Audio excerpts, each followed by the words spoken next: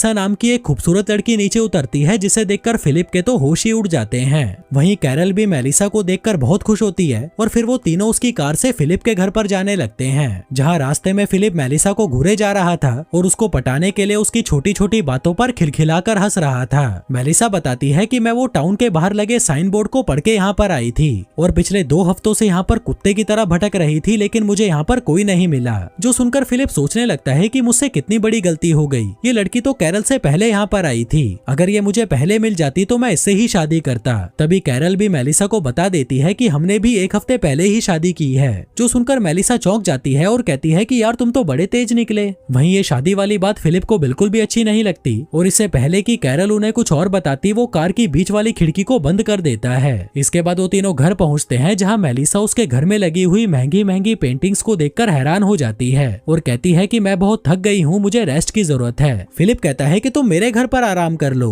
हम बहुत सारी बातें करेंगे और साथ में मिलकर खूब मजे करेंगे। पर तभी कैरल कहती है कि अगर मैं होती तो उसके घर में बिल्कुल भी नहीं रुकती, क्योंकि फिलिप इस घर के पूल का इस्तेमाल हगने के लिए करता है। जो सुनकर मेलिसा कहती है कि ठीक है, मैं अपने लिए कोई दूसरा घर ढूंढ लूंगी। फिर जाने से पहले कैरल उसे डिनर के लिए इनवाइट करती है, जिसके लिए वो मान जाती है। तभी कैरल उसे गले लगा लेती है। वहीं फिलिप, जो ऐसे मौके कभी नहीं छोड़ता, वो भी उनके बीच में घुस जाता है और जाकर मेलिसा को पीछे से चिपकने लगता है। फिर शाम के समय जब डिनर की तैयारी की जा रही थी, तभी फिलिप वहाँ पर अपनी दाढ़ी काट कर आता है। जो देखकर कैरल चौंक जाती है कि जब उसने कहा था तो फिलिप ने उसे दाढ़ी काटने से मना कर दिया था। दरअसल वो मेलिसा के साथ इंटीमेट होने की नाकाम कोशिश कर रहा था, जिसके लिए वो कुछ भी करने को तैयार था। फिर रात में जब सभी डिनर टेबल पर थे, तभी फिलिप मेलिसा को घूरे जा रहा था और अपने आप को कोसे जा रहा था कि उसने इतनी जल्दी शादी क्यों कर ली। जिसके बाद वो मेलिसा की हर बात में हाँ मिलाने लगता है, जैसे कि जो मूवी मेलिसा की फेवरेट थी वो फिलिप की भी फेवरेट थी, जो खाना मेलिसा का फेवरेट था वो उसका भी फेवरेट था,